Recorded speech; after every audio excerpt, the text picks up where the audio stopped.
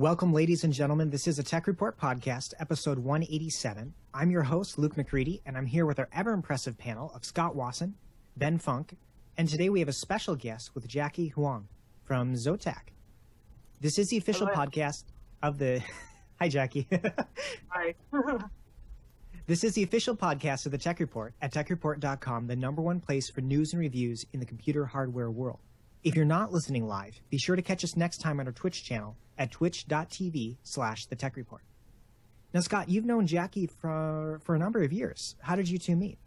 Yeah, Jacky, how long have we been working with each other? Well, if I can recall, I have been working with Scott for like more than 10 years at least. Yeah, I think in the pre-show he actually said 15, which is probably closer to the number. I don't want to be just look too old, so I just want to... Hey man, there's no hiding it. I'm on YouTube every week, so it's all. Actually, I think it's around like even over 15 years. Back in maybe some of the audience remember that one company called ABIT at the time. I think we knew each other since at the time. Yeah. Yeah, and so Jacky, you were at ABIT, and what did you build there?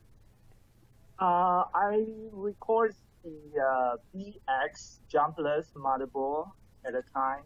So, like the BX440, was that one of yours?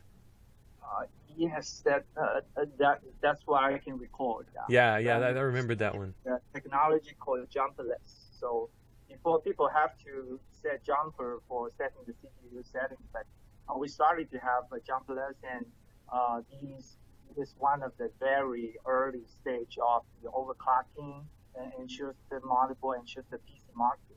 So that was when I engaged in PC business, I think. So I've been in the business almost 20 years. Wow. And you went to DFI, and then now you're at Zotac. And you've been at Zotac for how long? I've been around like 7, 8 years, almost 8 years. Yeah. And I started the mini-PC. I started this category called mini-PC before nobody called a PC mini-PC. Maybe like 50 years ago, people called some PC called mini-computer. But I started at the time with the NVIDIA, the CPU called Ion, you can recall. We started the Ion. Yes. And that was a form factor PC at the time. Yeah. And so the mini PCs, now it's a big thing. Intel has the NUCs, and the big PC makers have things that are similar. But you guys have continued there at Zotac to build interesting mini PCs. How many different models do you have? Do you know off the top of your head? I think, well, we have always like 30 to 40 active SKU. Because like before, the impression for mini PC using like very entry-level, low-performance CPU, for example, like Ion in the early stage or the Intel Atom CPU. But of course, we still have that section. But right now, the mini PC is from that kind of entry-level CPU. But just like the mini PC I'm going to offer, like here, is something with very high-end core-level CPU with like GTX level graphics and with like four multiple displays, and with all kind of like array, you can have 3 hardware inside of it. So actually, the mini can only refer to its size, but it's not for the performance. The performance level is not mini at all. It's like for gamers and serious gamer level kind of a PC that we're offering. Yeah, no, you guys have a whole range, and you have. I've noticed you guys. It's like every interesting CPU. Seems like you wrap a mini PC around it. So AMD based systems, Intel based systems, from the Atom and the Brazos to all the way up to like relatively high end things like a Core i5 and i7. Yes. So yeah, you guys have really been inventive too in fitting a lot of functionality into a small space. Yes. Which we've had some fun conversations about that over the years as we visited you guys at CES and stuff like that. The system that you guys are now talking about that you just introduced is the one I want to kind of get into now, and that is the Zbox Magnus EN970. And this is one of the ones you're talking about that was a relatively high-end, relatively powerful PC, right? Yes. So this has, well, tell us about it. You're the one, you made it. So tell us about it. Yeah. Okay, you can see that it's a very small, compact, I can hold in my hand PC. But inside of it, we have all kind of like very high-end level components. Just as I said, we have the Intel 5th generation core, which is Core i5. We have inside of it. And also we have, I think it's one of the very first PC or mini PC using the MXM graphic card. Because we do see that the MXM is sort of like gaming notebook. But in terms of like a desktop computer, I think it's one of the very first. And in the future, we're gonna put more MXM form factor kind of a graphics card in it. And also another thing I want to introduce, because we have the MXM inside, so this is the GTX 960. Actually, a lot of people ask me, is really a desktop GTX 960? But actually, it was called GTX 970M before. But the NVIDIA changed the naming scheme because they don't want to have the M, because the N is for mobile. They don't want to see this kind of alphabet in this kind of desktop. So they asked us to change the name as the GTX 960. But still a little bit different than the real desktop GTX 960. But the performance, I think, will be very, very similar. So because with this kind of a high-end graphics card, so this machine is able to have a 4 display. So we have a 4 HDMI 2.0 here. So this can for each of the one we can have. If you're using one, we can have the 4K at 60 hertz. Then together we can have the NVIDIA surround technology. So you can play the game with the 4 different screen in a row. And also we have a whole bunch of the USB 3.0 and USB 2.0. And I want to show a little bit inside of it. And open that up. And before, while you're opening it, MXM is standard for mobile GPUs, so that like for gaming laptops you'll see used, right? So the idea is that you'll be able to, with this design, create variants with different types of graphics chips over time. Yes, but still there's one like a bottleneck, because most of the MXM form factor, they face one like problem. That's the problem we have to deal with, because in the very small enclosure, we have to deal with a different kind of a TDP and heat. So a lot of users, a lot of the audience, especially gamers, ask me, oh, is the MXM can be like upgradable, just like the PCIe type of graphic card? Mm-hmm. My answer is yes or no, but definitely no by you. It's yes by us, because if you want to upgrade with like a GTX 980 or a 980M, yes, basically you can put that in the MXM slot we have, but you have to deal with a different kind of thermal, because the thermal, the TDP will jump from like, the one we are having right now is only like 100 watts. But if you want to put a 100, like GTX 980, the thermal, the TDP will jump up to like 140 watts. So there with the actual 40 watts, maybe you have to change the whole thing. You have to change the heat thing on top of it, and you have to change the fan. So this creates maybe a very flexible path for makers, but probably not end user at this time. Okay. Yeah, that makes sense. And you know, these PCs tend to be relatively quiet. So obviously there's a lot of engineering work that you guys put into cooling them well without making a lot of noise. So show us what's inside of this thing. Okay, while talking to you, I already opened it, just like most of the mini PC we have. One of the feature we have, you can just open it and do all the upgrading very easy. You don't have to use the screwdriver. I just use some screw, and while talking to you, it's open. So inside of it, we can see we can have 2 SODIMM. So this can be support up to like 16 gigabyte. And also we can have a two hard drive, 2.5-inch hard drive bay. You can have a two hard drive here, and also you can have another one extra hard drive by putting, because we have the M2 slot here. So we have three sizes for M2. We can have a 42, 60, and 80. So you can put the small form factor M2 solid state drive here as well. So this is for user, because we have two flavor in most of our mini PC. Most of them are bare bone, but also we have a plus version. The plus version we are shipping with, like this one, we are shipping with one sold-in with 8 GB, and also one M2 with 120 GB solid state drive. Oh, and so it comes basically ready to install Windows on it, or whatever OS you choose.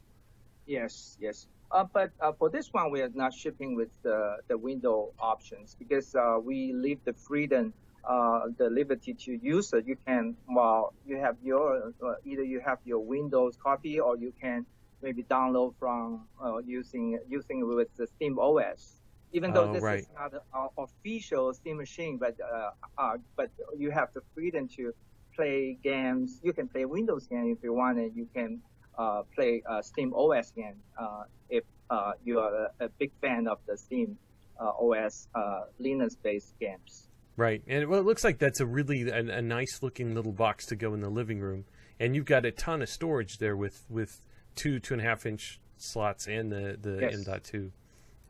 So, and the CPU is a Broadwell, right? It's a Core i5. Yes. U series. Core i5, yes, Broadwell. Okay, so that's a reasonably powerful mobile CPU that should be quite decent for gaming, with 2 cores, 4 threads. Yes. Yeah, and so what is are these available like right away, or are they coming shortly? I know you guys just announced them. Do you know? We just announced them, and we are shipping right now to all the major e-tailers, and also in U.S., Canada, and Europe. So I'm sure this will be on shelf, I think, by the end of this month. And some of the e-tailer can get it like even earlier. I think the middle of the September. You can, I think you can get it from some like New Age, Amazon. Yeah. And so, and this has a power supply. Is it an external power supply brick? This is coming with external power supply. Yeah. Okay. We have, yeah. And so, what is the price for the bare bones version without the storage and all that? Yeah, the MSRP is $799, and the one with the, as I said, with the 8 gig and the 120, it's a little bit under like $900. Okay, so that's a nice basis for a living room system of whatever you want to do with it, that's pretty cool actually. Can you maybe hold it up in frame a little for folks to see? It's kind of just at the corner now. There we go. And this is what we're seeing, the underside of the motherboard there. Oh yes. Okay. Yeah. But sorry, I just opened the button, so you'll see the motherboard here. So I should put it back. Okay. So how do you build something like that and keep it quiet enough for the living room? What have you guys done that's special for the cooling? Yeah, I think this is the long story, because I think this is a learning curve for the last 6-7 years.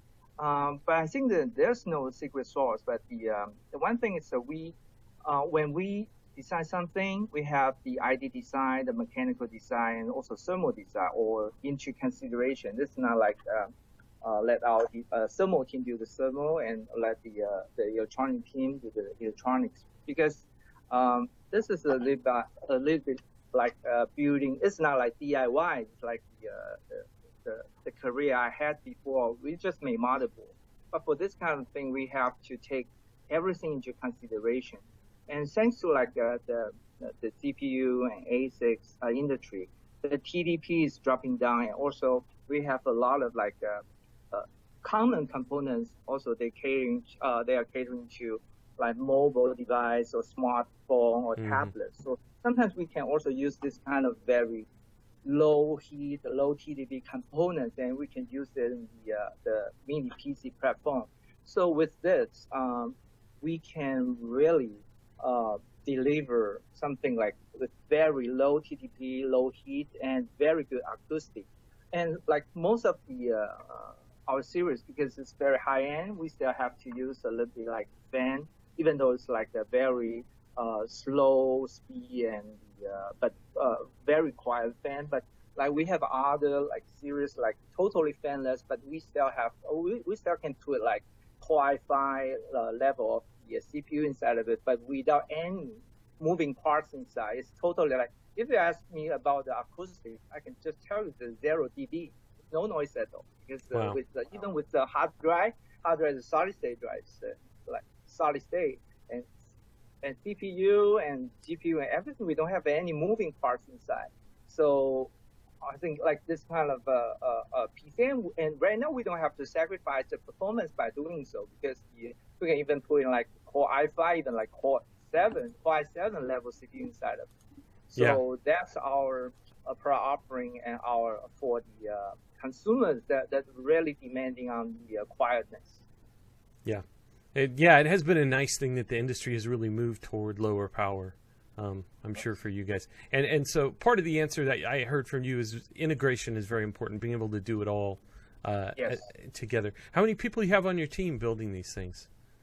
Oh, yeah. Actually, under me will be very big engineering team. I think we have 100 people.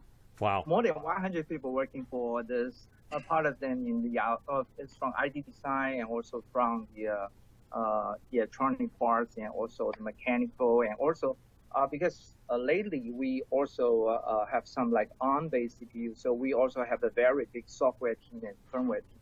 So I think it's a teamwork to make this happen, to push, because we always have something new. We always want to, even though we cannot say we are, right now I think mini-PC, we have a lot of competitors, but we just want to be in a very pioneer status for us. We always want to have something new and something like better and earlier than our competitors. Yeah. So talk to us a little bit about Steam machines. I know you guys have worked with Valve. You have an official Steam machine coming? Yeah, we will have one Steam machine coming at the Steam OS official launching in November. Actually, right now that we have something like we will just push the performance a little bit higher than this one. I can reveal a little bit. This one is with the Broadwell mobile CPU, but for the official Steam machine, we're gonna have the Skylake and also the desktop level CPU to really push the gaming performance up a little bit. And right now, the whole team is engaging in the fine-tuning with the final version of the Steam OS. And also because to be a Steam machine, we have to ship with the Steam OS preloaded and also with the Steam controller. So I think the very heavy job we're having right now is fine-tuning the compatibility and the gaming performance with the Steam OS and also the with the Steam controller. So that's the we are also already in the final stage to have this happen. So I think we will launch the our version of the Steam machine, a real mini PC console type of the gaming machine, I think in the November timeframe, together with the Valve, the official launch of the Steam OS with Valve. Wow. That should be fun. I'm looking forward to that. I'm hoping to get my hands on one of those and play with it. Are you a gamer, Jacky? You play much yourself? Yeah, I was when I was 20 years ago, the CS time. But I wish I can have more time to really play. But some people say it's a very well hidden secret that Jacky is not playing game.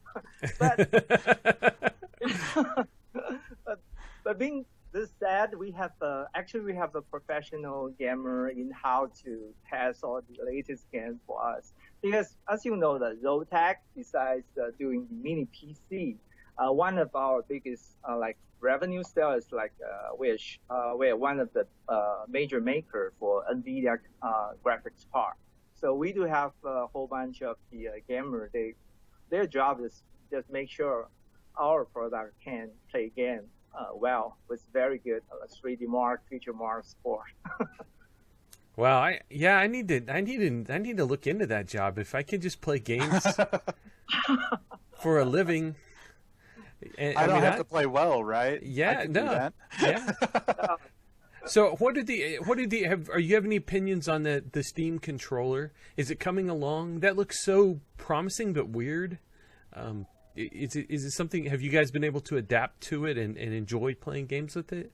Yeah, I think that's one of the very main job that we are doing right now to just find. Also, we do a lot. We did a lot of feedbacks backwards with Valve just to make sure the Steam controller can work well with our machine. Because this is also the first time that we are really shipping some gaming controller into our product offering. So yeah. This is one of the main things, but I cannot review too much about our testing result right here because it's still in the process of optimization of the controller. Right. That makes sense. Well, Jacky, we have some questions from the readers that we should probably get into because they're curious about what's going on here. Okay. So I'm going to throw some of these at you. We'll see. The first one here is from a guy who goes by Endless Waves. He says, big question for me about the EN970 is why does it not have DisplayPort?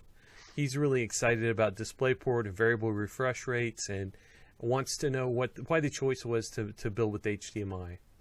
Yeah, actually, I think this is a very good question. And when I decided for that, we really have a dilemma. So what going to be the combination of the output we're going to deliver? Because we have to choose from the variety, because there are some voices telling us, I need one DP and I need two HDMI, and maybe it will be great if you have one DVI on top of it.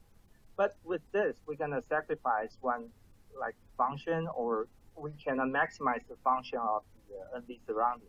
Because if you, for the very serious gamer or buying a new machine, maybe also you have two kind of choices. Maybe I will have I'm gonna take the advantage of my existing old screen, but sometimes I want to build a new gaming like environment, like the 2-3 identical screen.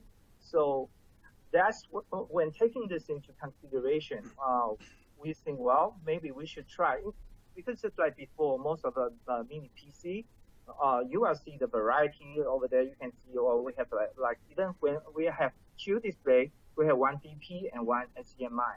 So by this time, we want to try to have a full HDMI 2.0 to people for gamers, they can feel like 4 in a row with identical screen. Secondly, I also want, I also see there are a lot of like aftermarket, like cable converter. You can use like one end with the HDMI and another end with the DP.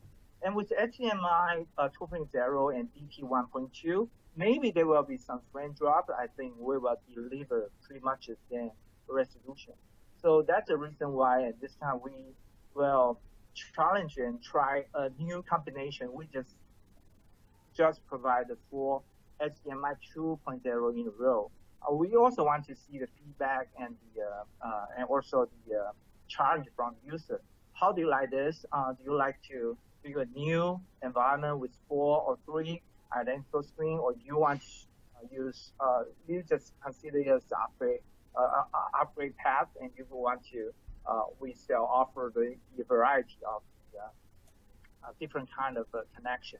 So we will see. But this idea that we want to really provide a special surrounding effect of the gaming experience. Okay. Yeah, it makes sense. And you guys have a ton of models, so I'm sure there will be others with different display outputs eventually.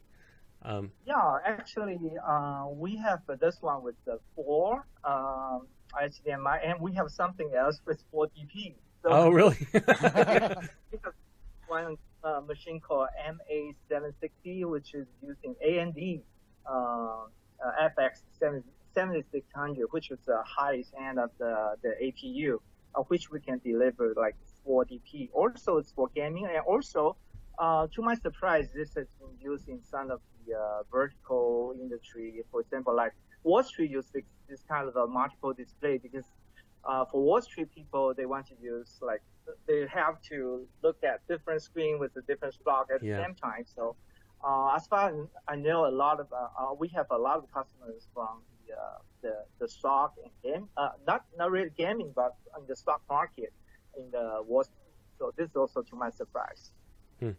Okay, so next question is about internal versus external power supplies on these mini PCs.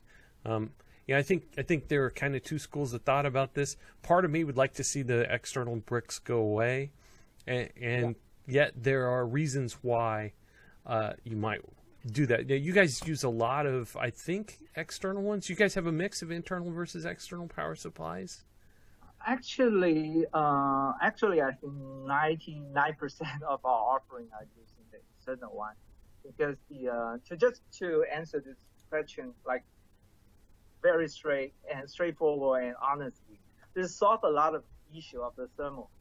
Okay. And this solves a lot of issue of the certification all over the world, because when I use the external one, we can use because we have a very good partner like Delta, which is the world-class external power supply maker. So we don't have to really take into this kind of engineering into our system, but we just are co-working with our power supply alliance. But with the TDP is dropping, that we also see the progress of the technology of using the external power supply. It can be just as small, just as the home plug. You can actually the whole adapter is just like a plug. So we also see that this will help a lot. There's a lot of people challenging about the external power supply because it doesn't look good and it doesn't look like a all-in-one machine. But with this kind of progress, with the technology of external adapter and with the lower TDP, we can maybe solve this issue by not really putting one internal power supply back into the machine and create a lot of the thermal and other make the machine even look bigger. This kind of concern. Now, what about USB Type C? Is that something that's now you can charge via USB, and a lot of devices and hopefully I think laptops soon will charge via that. Are you guys looking into using that for the mini PCs? Yes, definitely. I think from now on we will have a lot of USB Type C, and also not only USB 3.0, we will start to adopt the USB 3.1 with Type C. And because with the smaller footprint, it can make our machine maybe thinner, and also we can allow more space for other I/O and connections. So I think pretty soon, I think in Q4 this year, actually starting from now, we will have a whole slew of the mini PC coming with the Type C, and some of them with the USB 3.1 Type C in our product offering. Good. So here's a very specific question from Windwalker about the Magnus EN970. He wants to know what size is the fan and what is its rotation speed under load. Do you know that? Yeah, I don't have the data handy, but we do have a very strict thermal and acoustic standard. So even with the performance level, we goes up to like Core i5 with the GTX level, but we still under one like thermal standard and acoustic standard. So even though I cannot give out the fan speed because I don't have the data handy now, but it's under the same thermal and acoustic standard of all of our mini PC. So it doesn't, because it's the gaming level of mini PC, we relax, so we have more tolerance on the acoustic and the fan speed. Yeah. No, you guys have built a lot of credibility on that front. We've reviewed a lot of those Zboxes, and they've been good on that front. I think we're working on getting a Magnus EN970 for us to review as well. Ben, are you interested in looking at that? I am totally interested in looking into that. It's a ridiculous amount of power in a box like my face. That's you just do have amazing. a very small face. So yeah, we'll see if we can get you hooked up with that, and then either there's the smartphone app, or maybe we'll get a better microphone on a sound level meter for you, and so you can do some comparisons. If you can find a quiet room to measure some things in. Yeah, I can do that. So, Jacky, you guys have like an anechoic chamber that you test in? Yes, we do have the acoustic chamber to do all the testing, because the acoustic has been a very big direction that we are driving our product. So it's into two directions. I think our ultimate goal is with, just as I said, 0 dB. So that's why we have even like, I think the only thing left that's still coming with the moving parts is only those kind of thing with the GTX or the discrete graphic. Our hope is to drive all of the rest of the mini PC without any moving parts and without any like fan inside of it. Nice. Yeah, and I've got a laptop now that's completely passive, and it's awesome, and it feels like more advanced technology, right? Once you get to that point, because you realize, wow, like this is great. Okay, so go ahead. Yeah, but because this to us is not only for the quietness and acoustic, and also this will prolong the life of the machine, because as we know that the shortest MTBF in all kind of machines is always the fan. So when you're eliminating the fan and motor, this will extend the life of the machine, I think, with maybe like 5 times or 10 times in theory, because when we eliminate the component which have the shortest MTBF. And MTBF is mean time between failure, right? Yes. So that's a big deal, right? If parts don't move, they don't fail, and they can last a lot longer. Yeah. So another question we have from a very eager TR reader is about, and let me pull this up. The CI 521, which is a little passively cooled Core M based system. Yeah. And you held what it up wants... earlier, right, Jacky? Huh? You held it up for us earlier? Yes. Yeah. Show it again. Is that pull it up if you got it. Have you got it there in front of you? So this thing is based on a Core M processor, and it's completely passive, right? So what we were talking about just now. Yes. Yeah, and that's the thing I talk about, that without any moving parts inside of it. And because a lot of people also ask me, what is Core M? Because Core M is a new naming scheme from Intel, which was referring to also like in hospital times, like Y type of CPU. The Y type of CPU is very low TDP, and that's the reason why we can use this kind of CPU to make it without any like fan inside of it. So the Core M, maybe this one is not exactly the same one, but we do have the same housing. So Core M, actually the one we are using, the 5Y10 CPU is equivalent to Core i3 level of ProWise CPU. Yeah. So that's the reason why we can have the passive Classic 2 mini PC without any fan and with the core level of performance. Yeah. That new laptop I got is a Core M based laptop, the completely passive one, and the performance is spectacular, and it doesn't need, it's super thin and it doesn't need active cooling. Obviously, this little box is a similar thing, so it should be great. So the reader's question is, he wants to buy one, and he can't seem to find it in retail.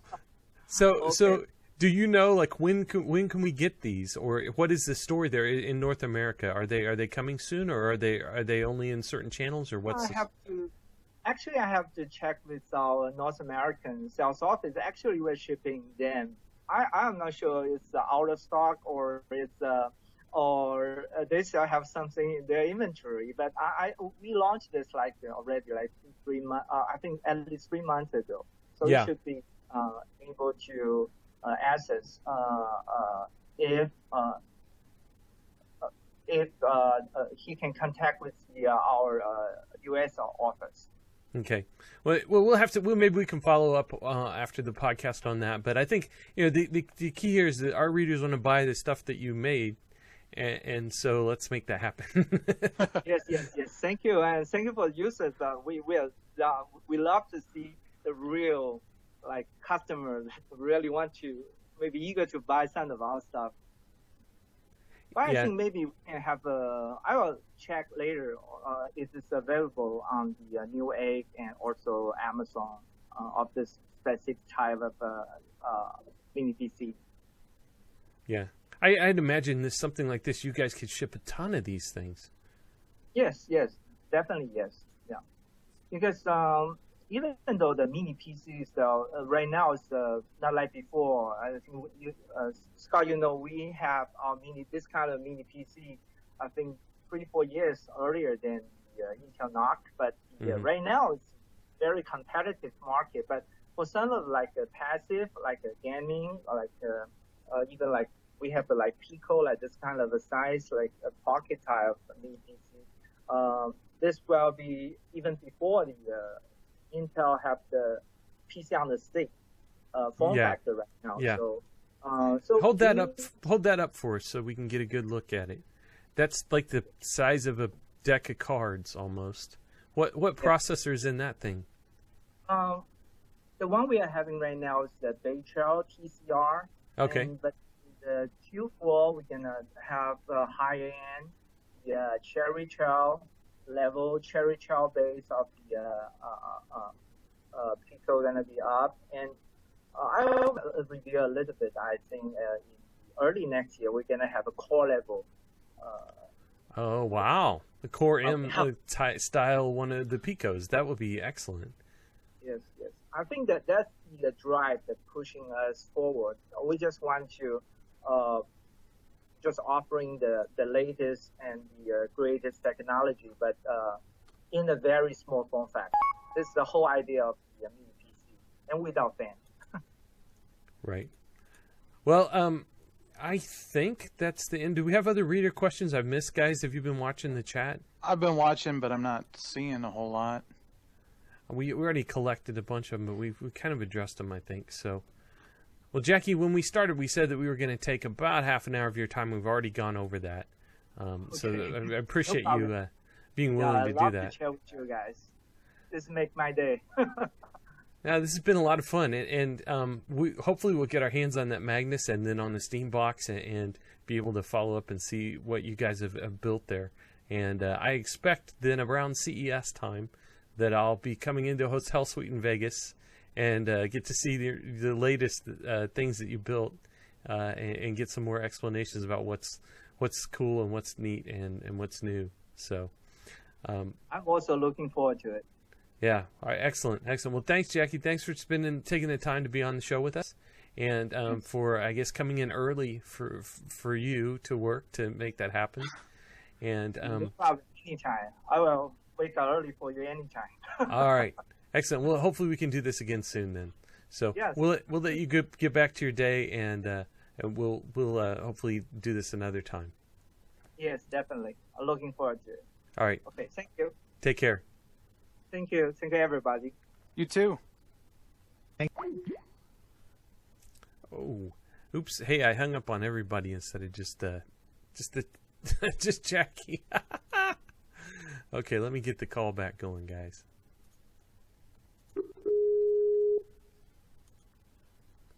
Sorry about that, guys. I totally hung up on everybody instead of just Jacky. I saw that. Yeah, I knew right when I pressed the button what I had done, but it was too late. Like, it was totally... That's okay. We're back in. Yeah, we got to get... People see us here? Yeah, well, more or less. Once Jacky's completely out of the picture, then our little Skype setup will work, right? Man, that thing is so fussy. Like, we got it. Anyway. But that was awesome. I was like, bam. Oh, and I've done it. When we came back online, you started talking right away. I think I heard 3 different quality tiers for Skype as it ramped up. Yeah. So, sorry about that. Well, that was a lot of fun. Where is he from? He's in Taiwan. Taiwan. He's in. I can I believe understand that Taipei. might be a little bit different time zone than you. Yes, very like 12 hours from where I am. So 12 hours. Yeah, no, I mean that will mess you up when you travel there. Let me tell you. But yeah, I've been there I haven't been there as often as I should actually, but it's a cool place, and there's a lot of like good engineering, the computer hardware stuff gets made there. I mean, like the motherboards, video cards, little systems like the Zboxes, things like that. I mean, that's where a lot of it happens. So, yeah. So Scott, when you traveled all these, go ahead. I was just going to say, those things are so cool. It's like the miniaturization of PCs is just blows my mind. I don't know why. No, it isn't. And you go in, every time you go in this like hotel suite and Jacky's standing there, he's got like a table. And he's got all these different ones of different sizes.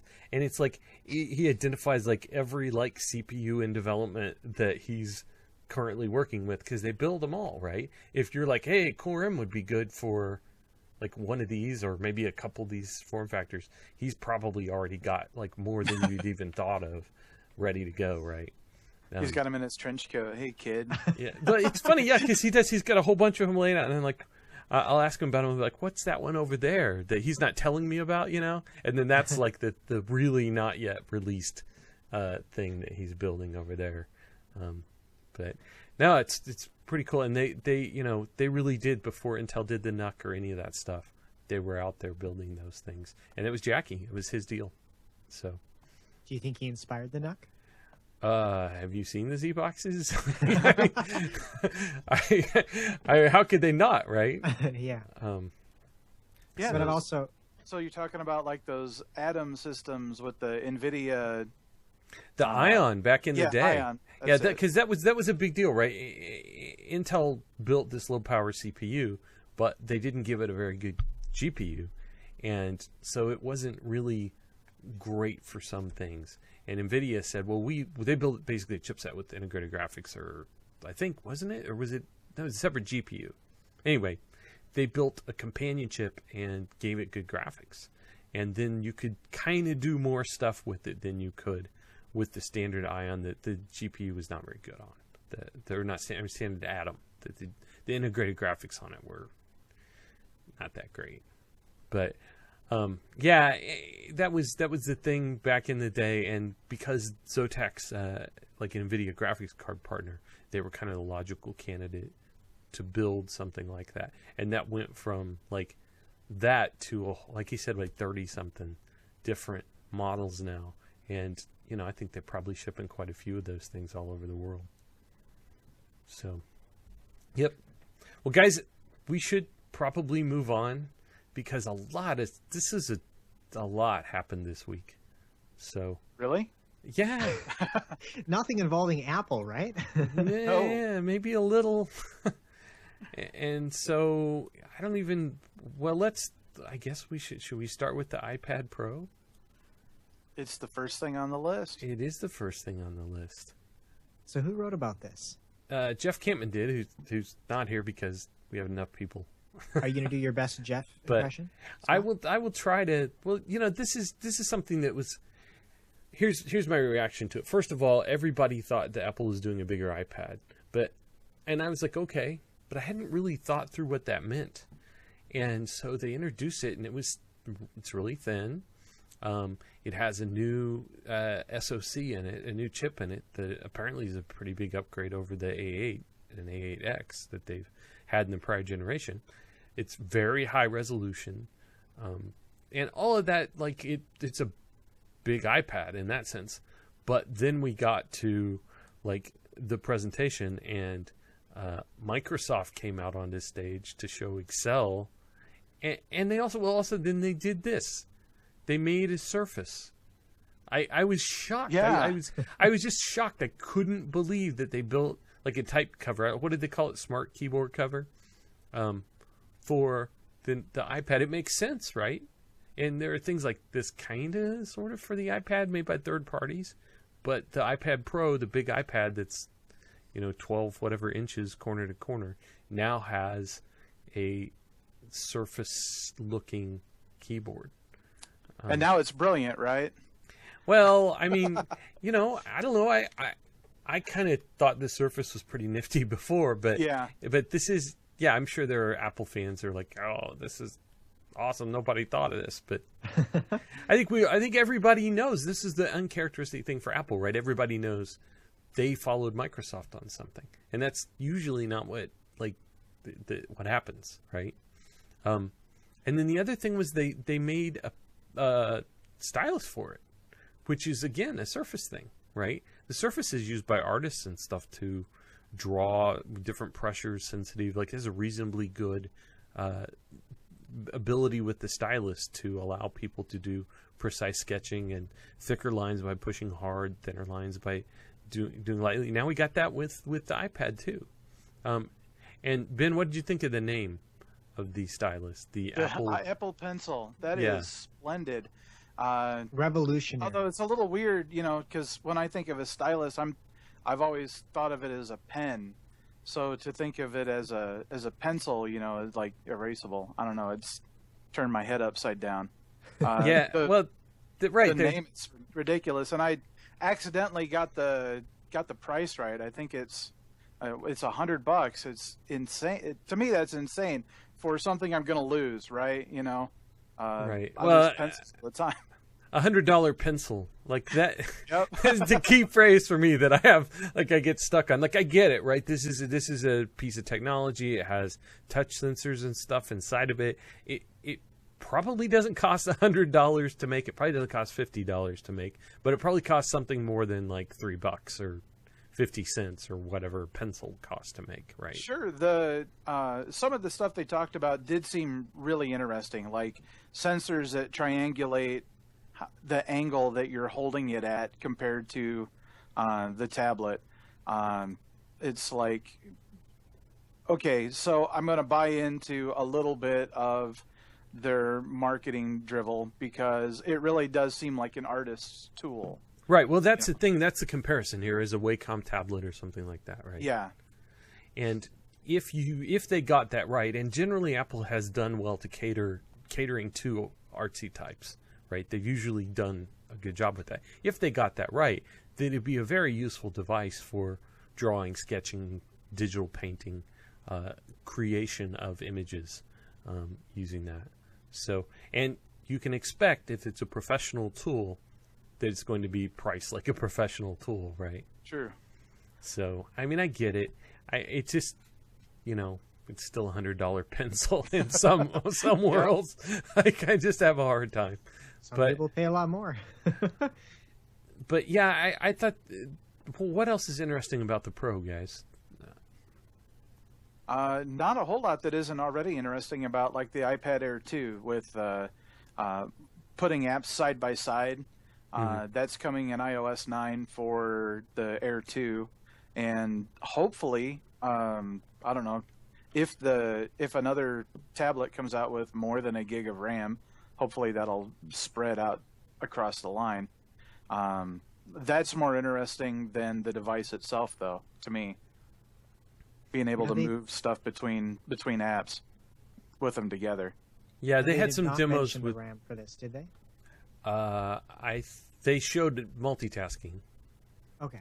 That's actually one of the issues with some of the Apple stuff. Is the most burning question is how much RAM is in it for a lot of us, because like the new iPhones, the iPad Mini 4, I want all of them to have 2 gigs. My biggest beef with the iPhone 6 Plus, which I use every day, and which I reviewed and I wrote about when I reviewed and did a little video, is the task switching, because apps get ejected from memory very easily.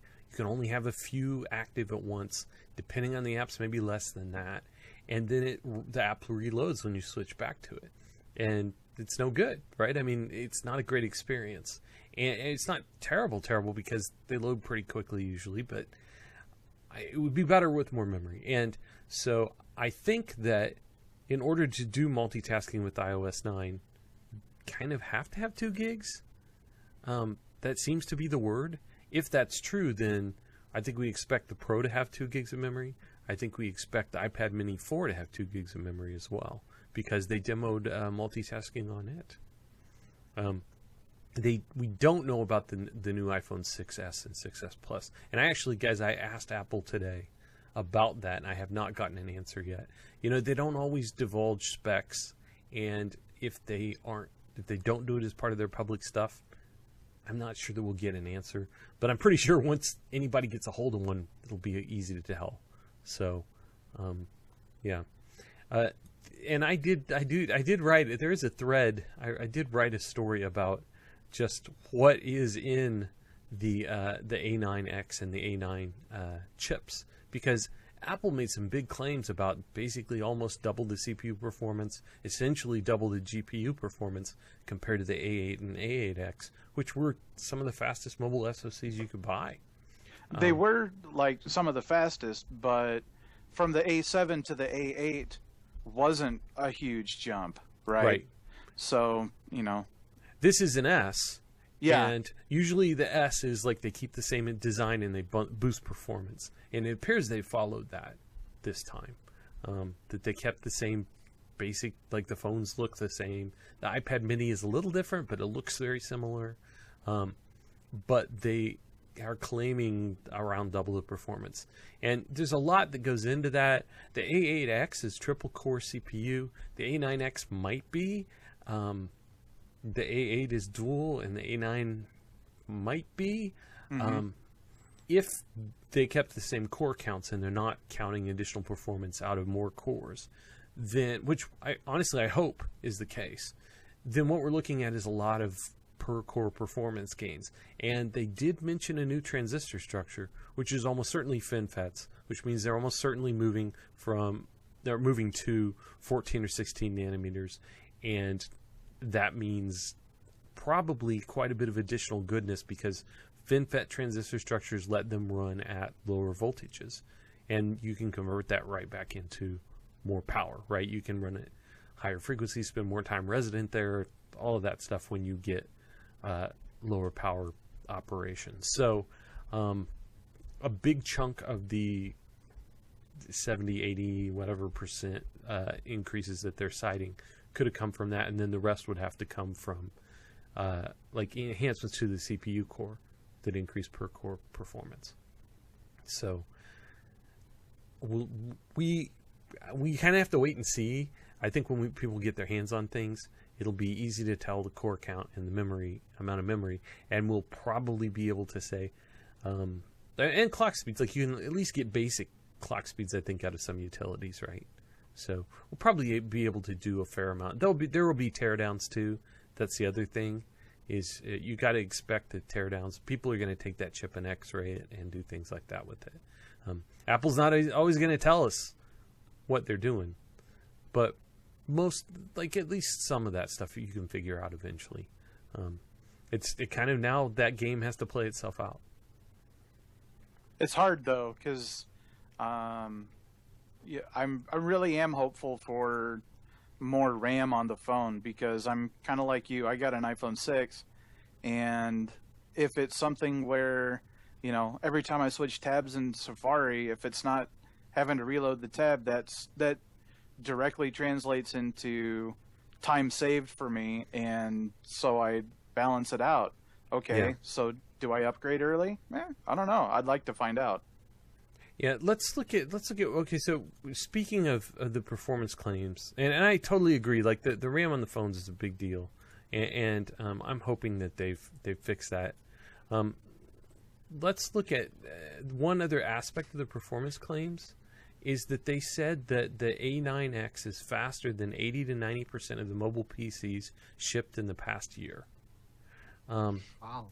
And yeah, they made a similar claim for the A9, I think, as well, and that sounds very impressive. I think the key question that on everybody's mind is, what is Apple's basis of comparison, and are they saying they're faster than Core M, Core i3 based Intel products, or are they just counting things based on like Bay Trail Atoms and maybe Chromebooks? Right? Yeah, I guess you got to throw Chromebooks in, and that would include a whole bunch of them with ARM chips. Yeah. And so, yeah, maybe they're faster than those.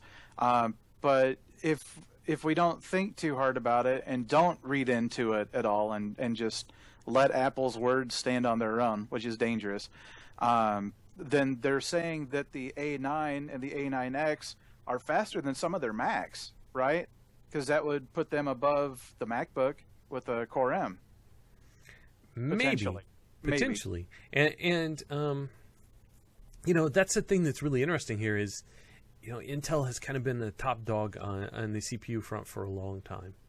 And some of that is architecture and some of that is process technology. And some of it is having all the money. But it turns out that Apple has more money. All the money. Like, by a lot. And, you know, if they decided to take some little slice of their many billions of dollars and fund the development of a CPU that outclasses an Intel Core M or Core i5, you know, mobile chip, then wow. And I think that's a fascinating thing about this is clearly that's the trajectory that they are on. And, you know, the other sort of related question here is they released the MacBook bin, and it's about the size of the iPad. And now the iPad gets a keyboard and a stylus for precision input. It starts to look like they're almost competing with themselves. What is the long-term future for Mac OS? Does iOS become the thing, and the Mac OS becomes more sort of just like a workstation relegated to like technical computing type of thing? I don't know. I guess if you think about what consumers do with their PCs, a lot of consumers do with their PCs, there might be, you know, editing videos, and they made a big deal about editing multiple 4K streams on the iPad Pro. They're checking email, they're doing, you know, all the personal and corporate productivity stuff that isn't like CAD and like high-end workstation. So a lot of people, you might be onto something. A lot of people might just get by on an iOS computer. And well, I think it was Paul Thurrott, who's kind of the Microsoft follower guy, who was talking about. He was watching this, and he's been watching Surface obviously very closely. And so, you know, he was the one sort of floating some of these ideas. He was saying iOS isn't ready yet to make that transition to being the main thing, and kind of taking over that from the Mac OS for consumers. But it could be in several generations. And there has been this weird question we've kind of been wondering about is how does Apple deal with the apparent convergence of mobile PCs and tablets and phones as a thing that's happening? And, you know, there's got to be a future where either the Mac OS and iOS like merge, or one of them kind of takes over, you would think, for like most stuff instead of having a split like they do now. So I don't know. I don't know about that. But this is a strong play, and it sends things in a different direction. So it looks like they have a new TV, Apple TV. Do we want to talk about that? Yeah, let's talk about that. So Ben, you wrote this up, right? Yes, sir. Apple seems to be looking at the do everything smart TV space, and they made a big jump, a big step in that direction with the new Apple TV, going with I guess now a generation old SoC with the A8, but still huge something upgrade. That's just ridiculous compared to I've got a couple of the previous generation based on A5, and those things are you know, I think they're gone now.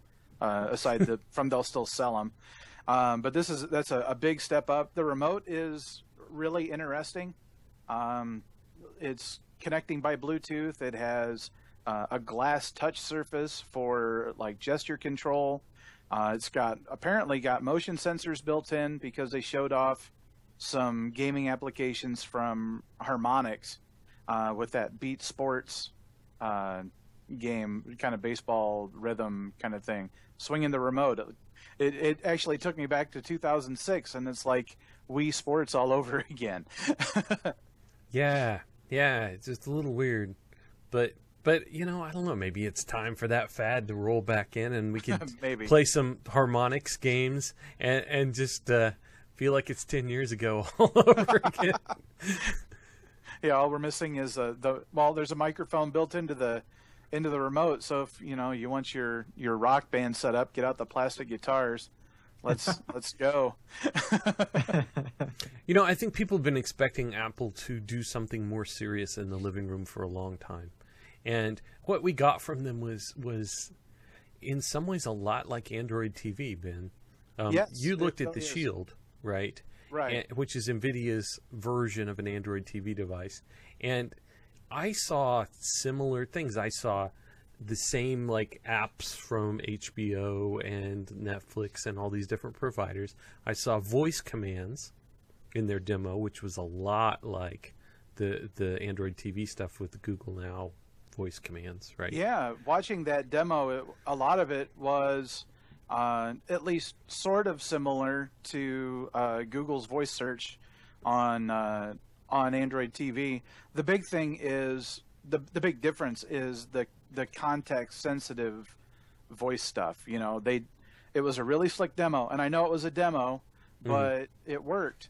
No, I want some action movies. Okay, now show me the Bond movies and show me just the ones with Sean Connery or whatever. Just to say I'm going to use these vague pronouns, which I know you're not a big fan of. This man's been edited by the Tech Report staff. You can tell. But the idea that Siri can deal with vague human language, I tried that on the Shield, and I was completely unsuccessful. I told it to find, I walked through that same demo, and it was returning like Google search results for weird phrases, and actually returning articles about Apple TV because I did the same demo. So Google's voice search is not to that point right now where Apple showed it, and that could be a big deal. That's weird to hear you say that, because my sense is in phones that Google's voice search is substantially better than Siri. And honestly, I'm not all that excited about voice search. I don't spend a lot of time with it. But Google's really good with search. Yeah. and they seem to do a reasonable job with natural language in some of their other products. So I don't know. I'm curious to see. The idea here that the future of TV is apps, I think was interesting. It was kind of a big deal. I have a few thoughts on that. So Ben, one of the things that they showed here was they said that you could search or you could look for content and see all the different providers. So the Netflixes, the Google Plays, HBOs, whoever has it available, you can see them with the same view, same integration all at once. Yes. And that's somewhat distinctive, right? So far, like on Android TV, I don't get back Netflix results in particular, which is a little disappointing, because if you subscribe to that service, instead of bringing you to something you're already paying for and that show is available or that movie is available, instead of showing you what you're already subscribed to, it's bringing back, Google Play movies or TV results for you could go out and buy it again. And that was a turnoff for me, just because it felt like it was a marketing tool. What I've come to understand since then is that these other providers just never allowed that before, and now this is something special that Apple has worked out. Yeah. And it would be really nice if consumers could win here, and maybe Netflix and whoever else play ball with Google to give that same sort of aggregated search results. I think that'd be great. Yeah, Apple has used its clout to move the ball the right way. And, that was clearly a political limitation of Android TV to date. And I think the hope is that that everybody will get that, or at least, multiple services will get the ability to aggregate stuff. Having said that, I think Amazon is just not part of either one of these, right? As far as I know, no. Amazon is part of Amazon, and if you're not part of Amazon, you can just take off. Yeah. So that's a little unfortunate, but it does seem like an interesting sort of pain point in all this stuff. You put a box, you connect a box to your TV, you access content, but there are silos of content, and you can't get them all.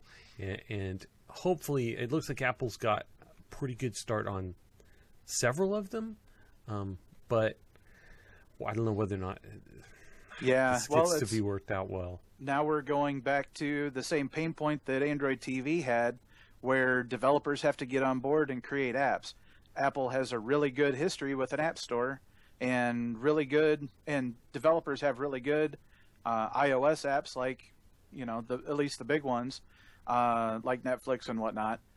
So the hope is that, they'll just be able to dive right in. They're using the same development tools, supposedly, with Xcode and whatnot. So, that's the hope, is that, we're not going to have two immature platforms with big gaping holes in their app ecosystem. Yeah. Now, let's talk about this too, because there's a weird sort of thing going on here with gaming. They say they're doing gaming, and I guess that they didn't talk about this at all, but I guess the box is compatible with some standard for like controllers. Yeah, but there's no standard Apple controller other than the remote. No, Apple doesn't. Apple doesn't make any game controllers at all, and they're just boxing this with the remote.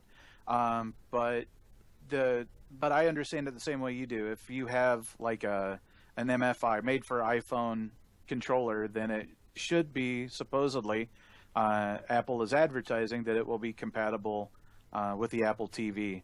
And my concern is that developers aren't going to have to do anything special, because if they do, then you're going to wind up with, segregated. These apps don't respond to the controller at all. These apps do. These apps only work with an iPhone for a second controller, kind of like the Crossy Road and I already forgot the name of Harmonix's game. Right. They showed those with multiplayer with an iOS device. Well, not everybody has those either. They want to get you into one ecosystem and lock you in, but that's true of Google also, and that's true of Amazon and anybody else. Yeah, it kind of is. So yeah, it's a little weird to think that they're gonna use that little touch area on the remote and whatever buttons to deliver a gaming platform. It's credible in every other way, right? I mean, they have the App Store, they have the Approach, they have tons of things, and a lot of this can be ported from iOS. And I guess this is iOS under the covers, but it's actually called tvOS, right? Which is just that offshoot that is, because the interface is so different. It has to be built for sitting back on the couch away from something and using a remote. Yeah, the interface looked a lot like the existing Apple TV interface, with just a grid, which is really easy to navigate with the little silver remote. So I'm hopeful that this won't be a big stretch. And what's the cost? There are two models. The entry level has 32 gigs of storage, and it'll be $149. And the higher end model will have 64 gigs for $199, which matches the entry level Shield, at least on a price perspective. Yeah. The NVIDIA Shield is different in the sense that, well, it's Android TV, but it's a premium Android TV, comes with a game controller, and is built around sort of NVIDIA's game streaming and optimized Android games that, with their own special content. And already NVIDIA is inviting comparisons, I guess, with the Apple TV. I'm not sure that would be the best game to play.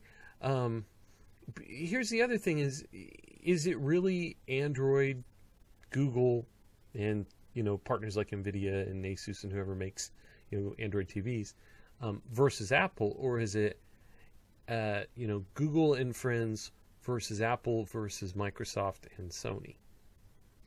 Yeah, Right? and versus Amazon, because they've built it on, and they've built the Fire stuff on Android, but they've shut it off, and it's strictly their own app store and such. So aside from borrowing AOSP, it's that seems to be its own ecosystem as well. So Yeah. there's a lot of people, or not people, a lot of companies that are lining up to compete for your living room dollars. Yeah, and it's Google and Apple are giants, and they are very sort of media-centric, UI-centric. Both are doing similar things with the voice search and all that. And then you've got Microsoft and Sony. The primary reason you put that device in the living room is probably gaming. And then, Microsoft has got a lot of similar voice control and things like that they're doing. So yeah. Yeah, I've talked to my TV though. It makes me feel really dumb. Yeah, I wonder about that, because I don't like that either. And the question is, everybody's doing it. Are they expecting, like, are we just we're going to adapt, or we're too old and our grandkids will do it years from now and we'll be like, what the heck? Or is it the case that this is popular for, like, reasons that aren't going to fly with the public? Like 3D TVs. We're all going to sit there wearing glasses, right? Well, there are, companies want to set themselves apart in some way, and so right now they're doing it with voice search. I don't know if people really use it. A quick poll in my house is no, but we're all fogies. So yeah, let's talk about the iPhones real quick, because they are a big deal as products. And we got S models, and it was, I guess, a lot of what we expected, right? It's the same form factors. They look the same. But we got a big upgrade to the A9 SoC, and then some new features. The headliner is this 3D touch, which they kept calling, several times they called it Force Touch, which is what they call it on the Macs. Pressure sensitivity, so the harder you push, it detects that. And they built a couple gestures around it, like peek, where you just kind of push a little, and you hover over something, and it shows you some context-sensitive info, and then pop, where you push harder, and it goes ahead and opens up to sort of a full screen app view. And I felt like they spent a lot of time on that demo. Like, I got peek and pop the first 30 seconds, and then they talk for 5 minutes. I have a feeling it's going to be something that's hard for the average consumer to pick up, just because they spent so much time on it. Well, I had a question about whether there's value there. I mean, you can already tap and hold, and I don't know. I have to use it and see if it somehow feels more natural. Apple's been good with UIs, and that could be what's going on here, is that once you've used it, you don't want to go back. But it also felt a little bit like some of these Samsung things where they show a new feature of the new phone. It's like, oh, you want to upgrade, you want to get the new thing. Here's what we did that's different that the other one can't do. But it isn't necessarily critical or great or all that big of a change in a really positive way, right? So I guess I'm skeptical until I use it. Yeah. No, they upgraded the camera too, right? Yeah, they did do that, and they went to they I guess you'd say finally went to 12 megapixels, which is a big deal since, and they talked openly about this. The problem with upgrading the camera to more pixels in the sensor is you get noise, you get crosstalk, and you can have lower image quality with more sharpness or more pixels. And they've resisted that for several generations, and now we've gone from 8 megapixels to 12.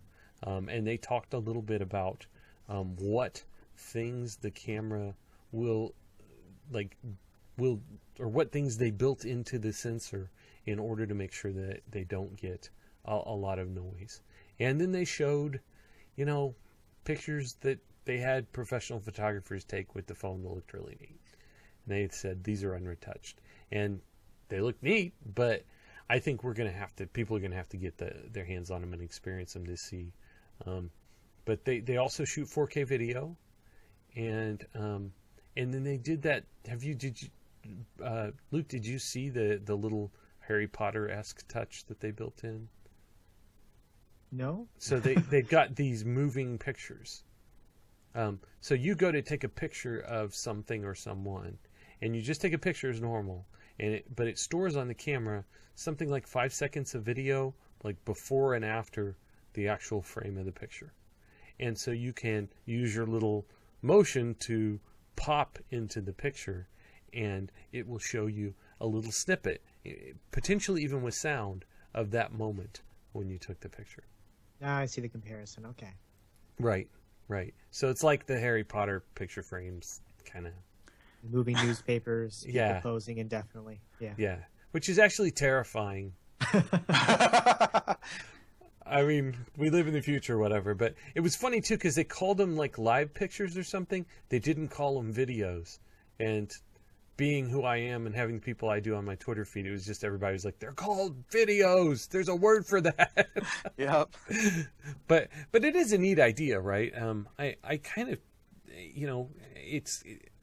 what I don't know is it really like a high quality burst mode, or do you get like a video that's lower quality and then one high quality picture in the middle?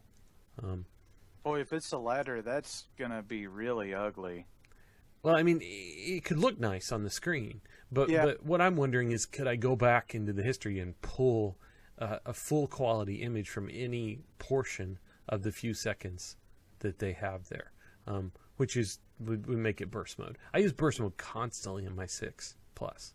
I mean, constantly, because it's the best way to make sure you capture something. And if this is a high quality burst mode, that's pretty cool. If it's not as cool. Well, before the next episode, I'll watch the Harry Potter movies to give you a definitive answer. Oh, okay. Yeah, You're welcome. We can find out from there. So, yeah. It's just a sacrifice you're willing to make. So, rose gold. I haven't seen that color before. No, I never heard of it before. Copper? Yeah.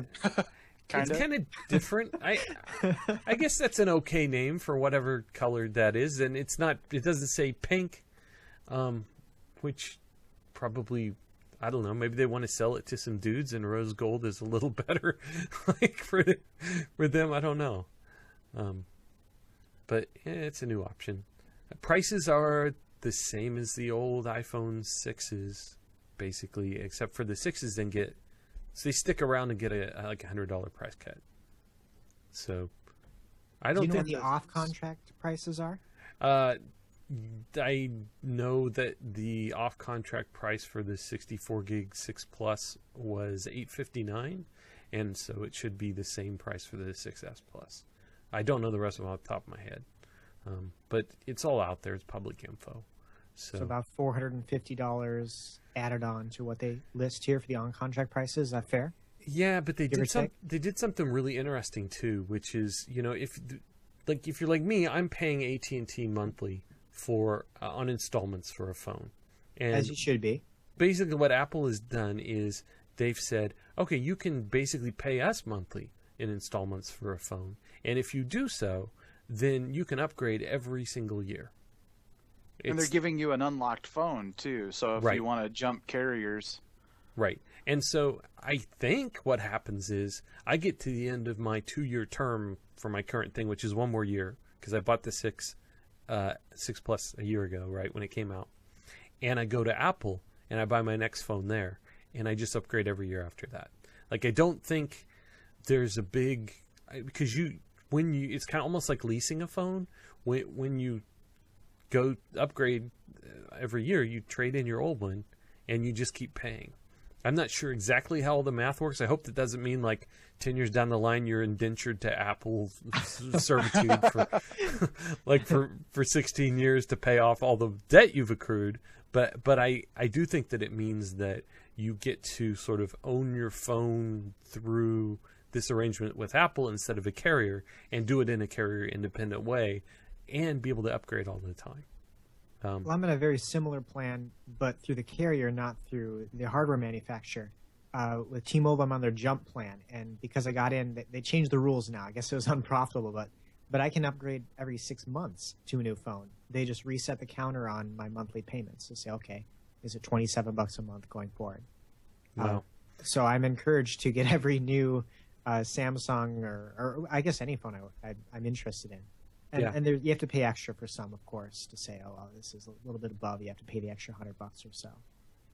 Now that, I mean, T-Mobile has changed a lot of things about the market. One of the reasons Apple's doing this is because, AT&T had to do the next plan to compete with T-Mobile. And now people don't pay like these subsidized plans and keep paying after 2 years, even if they don't upgrade. They know what the phone costs them and they pay in installments, and then that can end when they paid it off. And that's credit T-Mobile for that. I think now that Apple's done this thing with the yearly upgrades, the carriers will have to respond. They will all have to do something similar, or no one will be tempted to buy through the carriers anymore. Yeah. Well, I am, and the reason is, like, if I decide to upgrade early, I'm on the plan with Verizon. I paid off my phone, and rather than trade it in, I intend to use it to subsidize the cost of an upgrade by selling it like on Swappa or eBay or something along those lines. The trade-in value that a carrier gives on a phone is far less than the used market when it comes to iPhones, because they tend to hold their resale value. So, doing some quick back of the napkin math for me suggested that was probably the best route for me, rather than getting it from Apple. Okay. Well, we'll have to see how that plays out. Dude, guys, there's like a thunderstorm here. Sweet. And we just had, I think, a lightning strike nearby, and we had a brownout. And I'm still hosting this call and the podcast live stream. And I think the stream is still working. The stream is still working. I've got it open. This is shocking. And it may end very soon, but for this moment, we were witnessing a minor miracle somehow that we're still doing this. But I'm hearing thunder, and so this may go south really quick at any time. And of course, I could just hang up on everybody again too. But we'll just call the thunderstorm if you do hang up. Yeah, let's blame it on that, please. So, okay. So I want to talk about my favorite new Apple thing, which is just because I want one, not because it's the best or anything. But this was a complete afterthought in the presentation: the iPad Mini 4. And Ben, you have a Shield tablet? No, I have a different Android tablet. Okay. That I would not recommend to anybody, so I'm hesitant to name it. This is the thing. I have a Nexus 7 that I used for a long time, and it got to have touchscreen problems to where it's almost unusable. And it really had them its whole life. They kind of ebbed and flowed with software updates. And I liked it a lot at first, but like it soured me on that over time.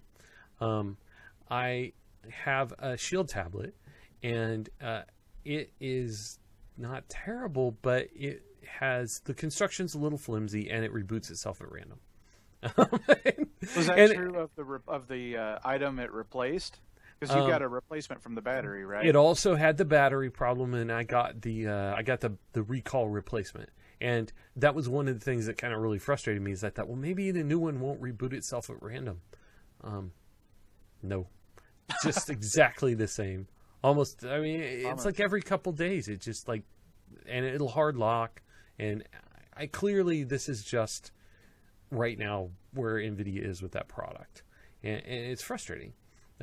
Anyway, I've been kind of soured on the experience of Android tablets by the current ones out there. They're less expensive than iPads, but the construction isn't as good, and they have issues with touchscreens. The Shield one is too sensitive, both of them. In fact, that was another thing I hoped that the Exchange would fix. No, really didn't. Anyway, the iPad Mini has been in a bad place, And I haven't bought one because they didn't really give it an upgrade when they went from the 2 to the 3. They like changed the Touch ID sensor, raised the price, and that was it. And so it was relatively slow. Now they've come back and they put the A8 chip that's the same as like iPhone 6 Plus into this thing. And I wrote this story, and this story you will see says, boy, it's a heck of an afterthought because they didn't talk a lot about this thing in the presentation. But what they said in the presentation is, we put the iPad Air 2 guts into the iPad mini.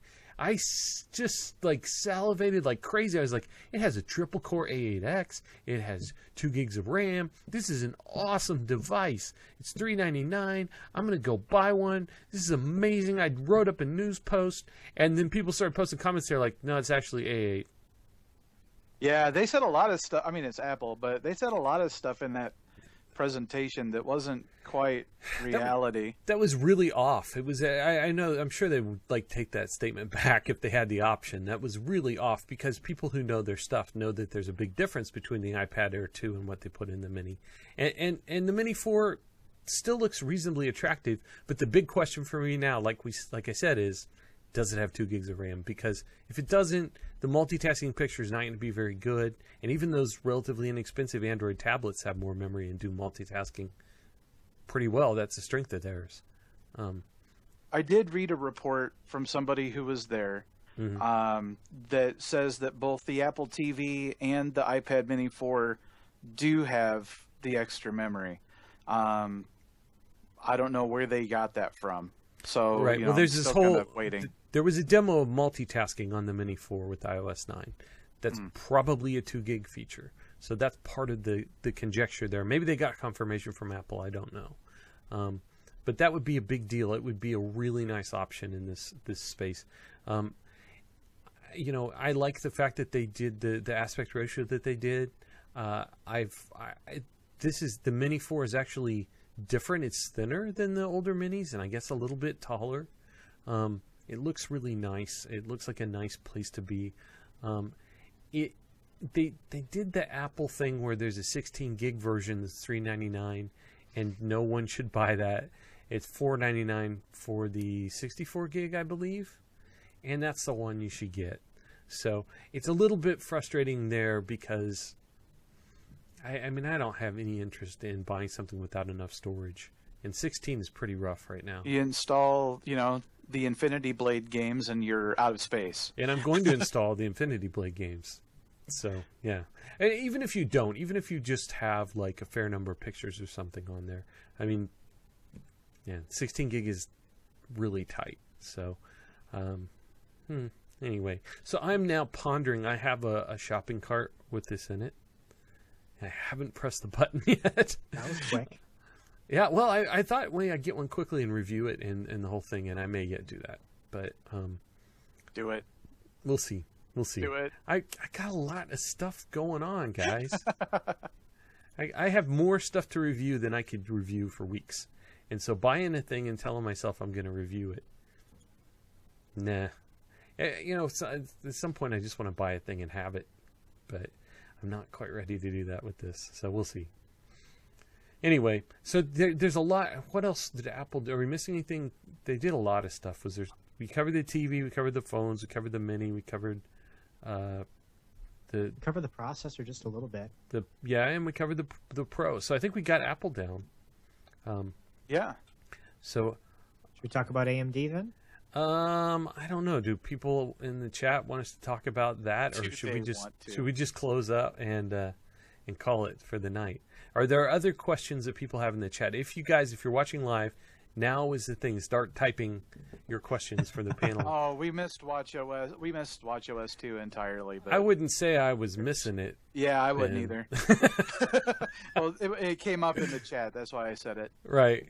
I was trying to quote a line from Office Space about you've been missing a lot of work lately. I wouldn't say I was missing it, Bob. But yeah, they did. I didn't get it. What did WatchOS 2 do? I came in late to the stream on that. It was like WatchOS 2, new bands. There was something about spinning the crown to well, they called it time travel, but it was to look ahead on your calendar to see what else was coming up, basically. Which I was surprised to find out you couldn't already do that, because it seems really obvious. All right. Well, the watch is still early days. I mean, it hasn't been out that long, so I get it, right? So we don't have too many. I don't think we have any questions materializing in the chat. Let's see, a couple of them. Yeah, I see a couple here. Do you think? Here's one from. Oh, go ahead. Here's one from Paternal Techie. Damage. What is your thought on dedicated sound cards since you're using a Realtek chip now? I still think that a discrete sound card is the best way to go if you can afford it. I think there's physics involved in having that card up off the motherboard and not integrated with a whole bunch of other electronics. And I honestly hear a little bit of noise in my ear right now that I didn't have when I was plugged into sound card in the same situation. So I know that people continue to get mad at us when we put sound cards in the system guide. I'm not going to stop. So that's my take. I do think that we probably need to do another review roundup, and we should get one of the motherboards with the moat, where the electronics, the traces, run separately from the board, or at least somewhat isolated with separate caps and all this stuff. Get the best one of those we can find, and some sound cards, and make a test happen. And Luke, I think maybe you might be our candidate for some of that at some point. So it'd be fun. I'd be honored. Yeah. So is it ASUS that's doing those motherboards? Everybody has some form of it. Gigabyte has some really nice looking stuff too.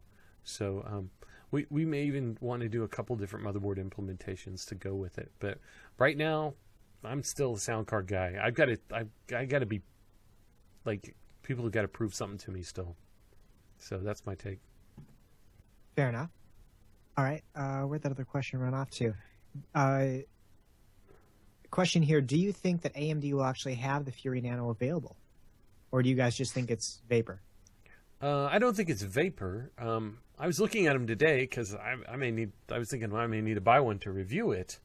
And there were a few in stock at Amazon, but it was already well above the list price, $100 above the list, because they clearly had sold the first wave out already.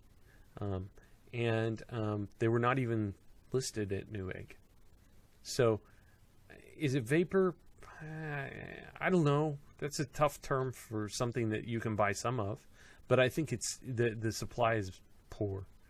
I just don't know, because AMD has not given us actually any very good communication at all for a while, but they have not given us any guidance about when to expect the obvious Fury X, Fury Nano supply issues to be dealt with.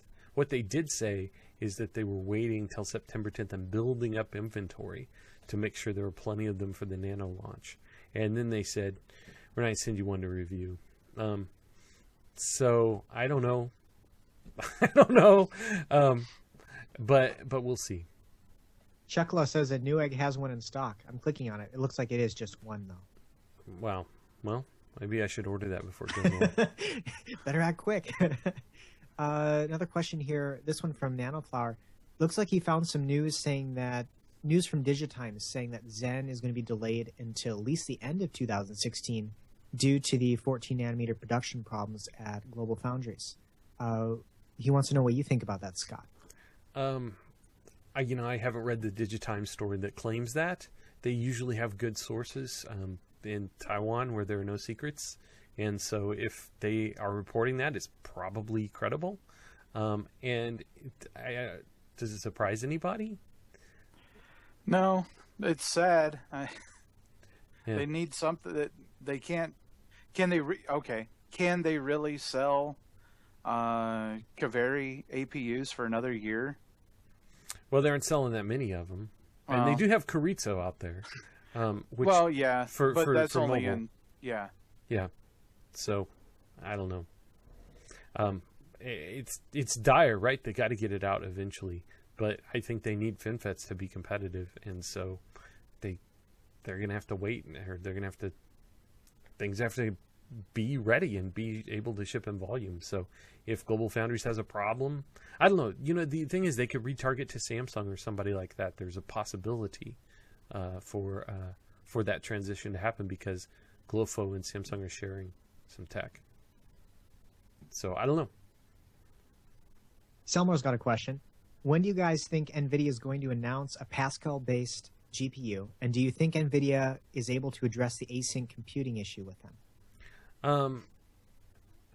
Man, I really don't know about Pascal. When we were talking with David Cantor last week, he was expressing a hope that it would happen before the end of the year. That would be amazing if it does happen. But I don't know. I don't have any particular insight into that. Pascal is the next generation GPU from NVIDIA. It's got HBM, probably HBM2 memory, and it should be a new architecture. I think that the question about asynchronous compute, I think the answer to that is that it's very likely that NVIDIA will have addressed that issue in Pascal. Asynchronous compute is not the end of the world for a lot of reasons. People are really psyched about this whole thing about, there's the Ashes of the Singularity benchmark on DirectX 12. It runs relatively, there's relatively more gain going from 11 to 12 in DirectX with the Radeon than a GeForce. And one of the reasons that Dan Baker, the guy who wrote that or helped build that game, said that was the deal was because basically of what a feature called asynchronous compute in the GCN GPU architecture, where they can run compute kernels alongside graphic kernels at the same time. They can context switch quickly, with good preemption. There's some nice things built into GCN that have been there for a long time that work well with the way his game uses the GPU. There are people who are on my Twitter feed are saying things like, should I sell my GeForce and buy a Radeon because of this? And I think that's just insane. I don't know. Here's the deal, right? Right now, GeForces are, if you look at our frame time metrics, somewhere around 20% better than competing Radeons in a lot of cases. GeForces are not going to get worse in DirectX 12. They're going to get better. Everybody gets better, right? This new API helps everyone. If the GeForces don't improve as much as the Radeons when the new API comes out, they're still competitive. And at the end of the day, this is an issue that comes down to the question of how you use the GPU and how you program it. This is when David Cantor and I talked about this last time. What it comes down to within NVIDIA is when you program it and you want to do a bunch of work. You do the graphics work, and at the end of the frame, you do some compute work, and you split that up because it doesn't do a good job of syncing between the two things. And if possible, you can instead of using compute shaders, you could use a pixel shader to do the work on the GeForce, and it would be a better experience, assuming it was something you could do in either type of shader. So if you carefully program the GeForce around the limitations that it has, you could get really good results. And that's what NVIDIA does now in DirectX 11, what every developer does, what NVIDIA has developer relations people for, et cetera, et cetera. This is not the end of the world that they don't have this particular feature that is expressed by the API with DirectX 12. So I know I was getting into it a lot, but it's not a huge deal. Will they fix it with Pascal? They have said that preemption is an important part of their roadmap, and they kind of talked about it as being something that Maxwell would get. It appears that probably it's Pascal, but I certainly don't think it's fallen off the radar. So, and as far as people getting moon batty about conspiracies and why does the driver advertise this? I understand it's just a requirement. The driver needs to say that we can do this, right, in order for the DirectX 12 version to work at all. Oh, you mean Am I async understanding compute? that right? Yeah. Well, I mean, they can switch context. They just don't do it quickly. Sure. Right. You know, I mean, they can do it, but the GPU is not, the scheduling hardware is not designed and not built in there to do it really gracefully. So you have to be careful how you program the GPU. Like, that's the deal. And you know what? I haven't talked with NVIDIA. I haven't gotten deep into this. There are people saying that there's some stuff built into the Maxwell chips that is not active in the drivers that may improve performance in some of these cases. I don't know if that's true or not, but I need to have a conversation with NVIDIA around that, I guess, and see if we can check that out. But honestly, like, I just don't think that games run well on GeForces. I think they'll continue to do so, even with the current stuff. At least for a year or two. When do we get real DirectX 12 games that really use that API and require all of its features in order to run well? It's a ways out. And then will you even want the current level, what is now the current level of performance, or will you want that performance that's a year or two out with right? I don't think Pascal or whatever. Yeah, I don't think you're going to want anything that the AMD or NVIDIA is selling now. Right. Yeah.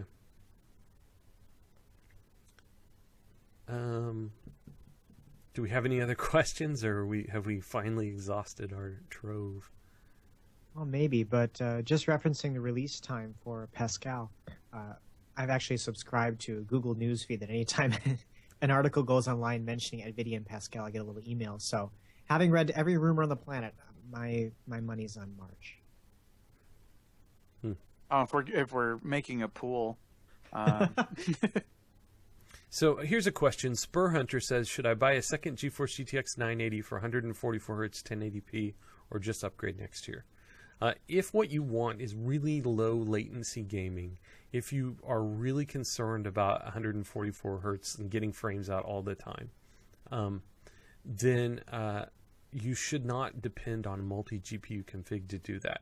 It will not reduce input lag or latency, even if it will give you more frames.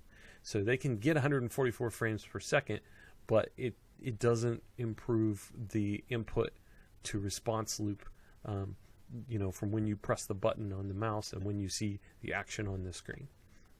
So I wouldn't recommend doing the second card for 144 Hertz. I think, yeah, and there's a response by one of the guys in the chat talking about, get a variable refresh display. That's a better way to spend your money if what you care about is that quick response, or honestly perceived smoothness. Even I'd say that a variable refresh display is a better investment than a second video card for any of that stuff if you don't already have one. But if you have a 144 Hz display, you're already in a good place. So I don't know. I don't know. Other questions, or should we call this one, guys? I think we might be in a place to call this one. Cool. All right. Well, everybody in the chat, thank you very much for sticking with us and for joining us tonight. And thanks again to Jacky from Zotac for taking the time to spend time with us and show us what he's been building, which is always fun. Hopefully, guys, we can have him back on again sometime soon. That was cool. Yeah. So, all right, guys. Well, thanks again, everybody. Take care. Bye.